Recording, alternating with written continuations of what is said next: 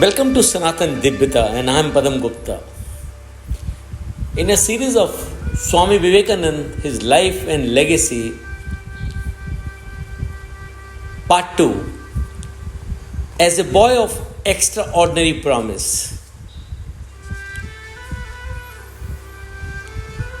Indication of future greatness were conspicuous in him from his very childhood. He was a very high-spirited and restless child. He was sometimes given to fits of temper, for which his mother found a strange remedy. It was to put him under a tap and change Shiva's name. As he grew up, he showed sign of an extraordinary generous nature. Whenever a beggar or a mendicant called at his house for alms, he readily gave away even valuable things of his house. He was fond of pet animals and birds and had several such dom combinations. Some of them being a cow, a goat, a monkey, a peacock, a pigeon, and 2 or 3 guinea pigs. To his young imagination, the coachman with his bib was the most admirable hero. Among the boys of his group, he was the object of their admiration and always the leader. In his favorite game of the king and the court, he invariably played the part of the king and appointed others as officers. Even in his early days, he showed signs of an exceptional intelligence and of a prodigious memory. In his early childhood, he learned by heart the genealogy of his ancestor, hymns to God and the goddesses, and the aphorisms of the Sanskrit grammar, Mugdha Bodha, by hearing them recited every evening sitting on the lap of an old relative. He learned his lessons from his private tutor in an extraordinary way. He would show in his English and Bengali books the particular lessons to be learned according to the directions he got from his school. The tutor was to read it 2 or 3 times as if he was studying it himself. Naren listened to the reading, lying or sitting. That was enough for him to master the lesson. At school, he used to neglect his class lessons during his early part of the academic year and utilize his time for doing extra reading. In the last 3 months, he would study his test and get high marks. The leisure thus got, he utilized for the study of extra books on different subjects at different time. For example, before his entrance exam, he felt a desire to study Indian history and completed the study of all important books on the subject. As a student attending the FA, he mastered one by one all available books in English on logic, and while reading for the BA examination, he felt a strong inclination to study the histories of England and other European countries. He read many authoritative books on the ancient and modern histories of Europe, besides several books on Western philosophy. He was able to finish all these books so rapidly because of his extraordinary way of study. He could grasp the contents of a page by reading a very few sentences here and there. When put to test by unbelieving friends, he was able to give proper answers to any question put to him on the contents of the book he claimed to have read in this fashion. As a result of this method of rapid study, he became a scholar of the vast erudition and the great power of argumentation even as a student. Not only in his intellectual capacities, but also in qualities of the heart like resourcefulness, courage, self-confidence, etc., he showed striking signs of excellence even in his boyhood. As a boy, he along with his companions was in habit of indulging in the dangerous play of swinging on the branch of a tree with head downwards. An old relative who wanted to wean away the boys from the risky play tried to frighten them by declaring that the fierce spirit was residing on that tree and would break their neck if they climbed it. While all other boys were frightened by the ghost story, Narendra, after hearing it politely, got up the tree immediately after the old man turned his back and began to swing as before. He called the other boys fools to have believed the story of the old uncle. For if it were true, the spirit should have broken the neck several times already, as they have been indulging in the sport many a time.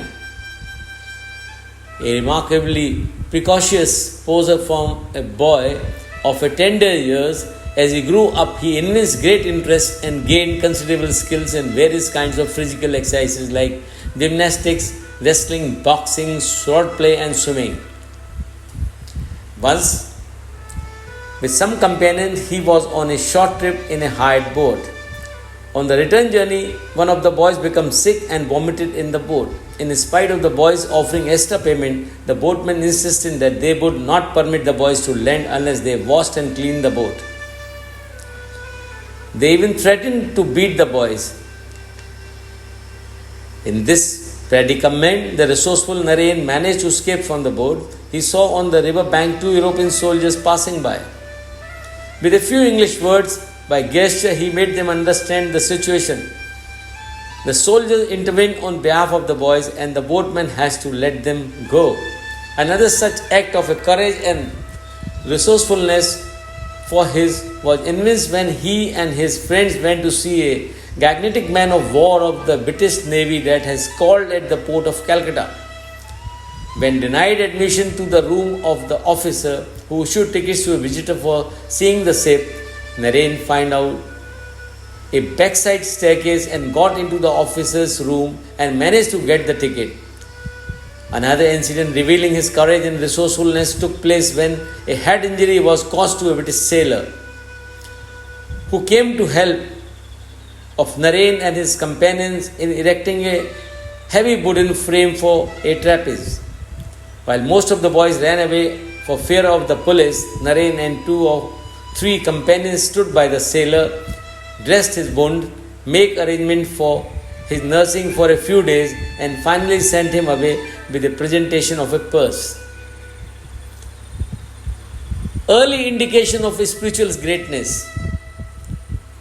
While the above described qualities of head and heart marked Naren out of as a budding many-sided genius, what distinguished him most from others was his rare spiritual excellence.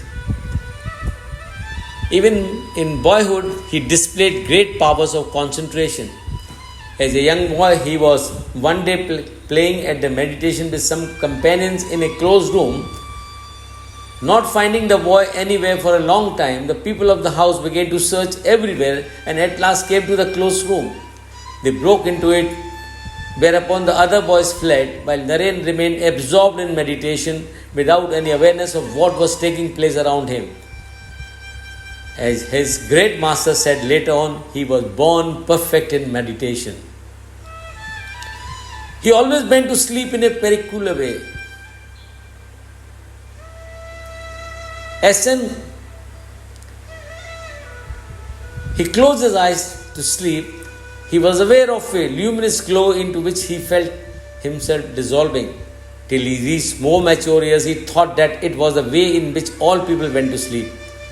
At the young age, Narendra discovered, even without the advice of anyone, that meditation was the best way for realizing God, and he used to practice meditation regularly in a bolted room without anybody's knowledge.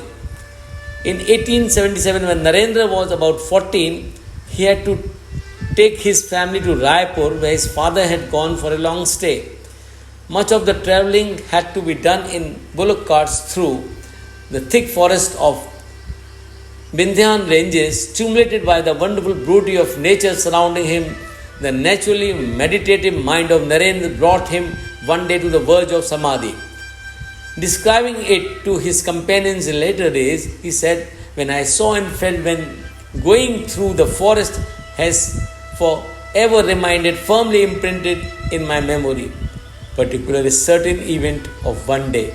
That day he has to travel by mountain road passing through a valley of the Vindhyan ranges, whose peak rising very high in the sky were overlooking it from both the sides, bending upon the weight of the fruits and flowers, various kinds of trees and creepers covered the mountain slopes in their matchless beauty. Birds were flying from above to above or down on the ground in search of food, filling the quarters with their sweet notes. I saw all bullock carts arriving at a place where two mountain peaks coming forward as in love locked themselves up in an embrace over the narrow forest path.